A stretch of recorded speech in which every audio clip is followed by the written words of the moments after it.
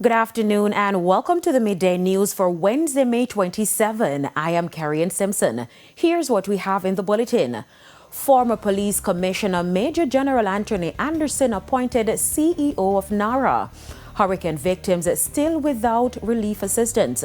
And later in sports, Reggae Boys set to take on India in Unity Cup semi-final today. Thank you for joining us now. The details. Former Commissioner of Police Major General Antony Anderson has been appointed Chief Executive Officer of NaRRA. His appointment will take effect June 1. Our reporter Romardo Lyons was at post-cabinet press briefing at Jamaica House. Prime Minister Dr. Andrew Holness made the announcement moments ago here at Jamaica House for the post-cabinet press briefing. Now, Mr. Anderson has served as head of the Jamaica Constabulary Force and was later named ambassador to the United States. But with this appointment, Mr. Holness says Mr. Anderson will have to step away from that role as ambassador. And as fate would have it, I had tasked him to review the state's response to Hurricane Beryl, which would have included a review of all the entities involved in the response, but specifically a review of ODPEM. So he is already in proximity to these issues. I can't go into the reasons for the selections. Obviously, they would have compared resumes, experience. But one thing I can say, I have great confidence in Ambassador Anderson.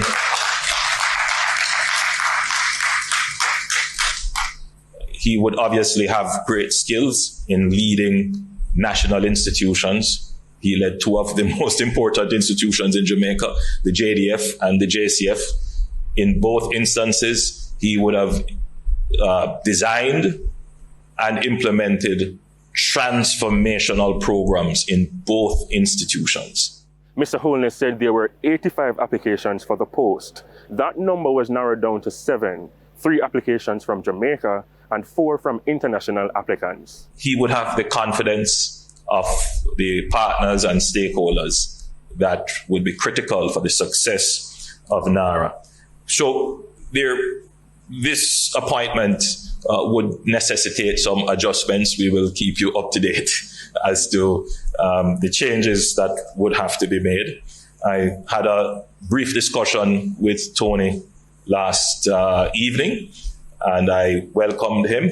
The appointment will be effective the 1st of June.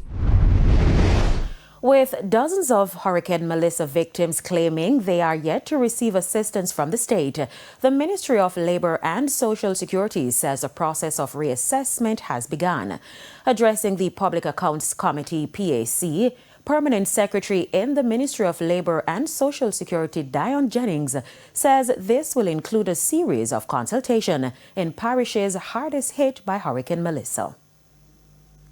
We would have provided the members of parliament with a list of those who would have been qualified, those who have been verified for payment. That list would have been sent out already. Yes. And so we're going to move to the next phase now. Once we have more clean data, we'll provide that to you. In addition, we'll be providing the list in terms of where we have the TRN that needs validation and so on for persons to be engaged in the field with us in getting and even in identifying some of these people. She also explained some of the challenges facing the assessing team. We have, for instance, persons who would have submitted the incorrect TRN.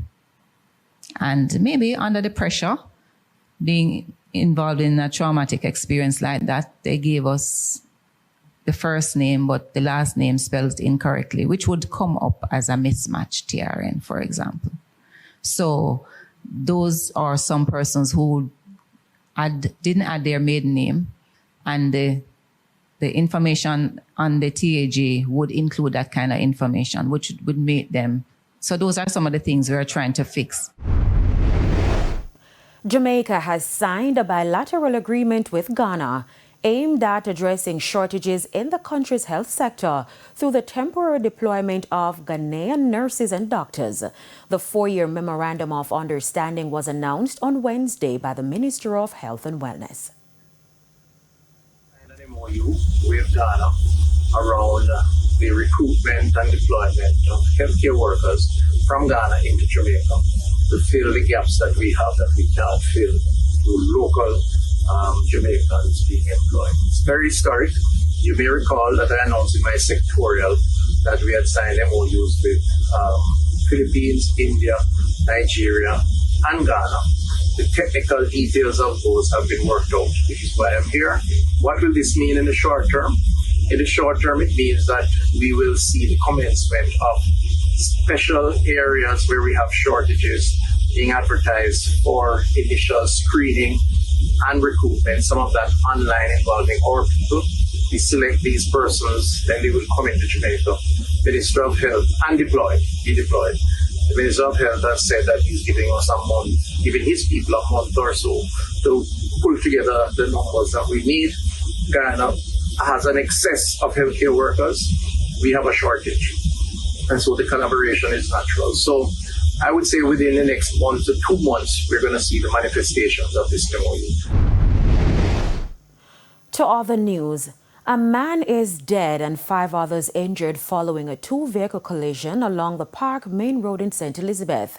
The deceased has been identified as 45-year-old Rowan Wright, a chef of Fraser District, Newmarket, St. Elizabeth. According to reports, about 9:15 Tuesday night, a grey Toyota coaster bus was traveling from Montego Bay when a white Nissan AD wagon driven by Mr. Wright attempted to enter the thoroughfare from a minor road. It's understood that the bus driver swerved, trying to avoid crashing into the car, however, collided into Mr. Wright's car. Both vehicles were mangled and the drivers had to be cut from them by a team from the Santa Cruz Fire Department. They were rushed to the hospital where Mr. Wright was pronounced dead. The police are investigating. Woefully low blood supplies at Spanish Town Hospital have prompted an urgent appeal for donors as the facility struggles to meet growing patient demands.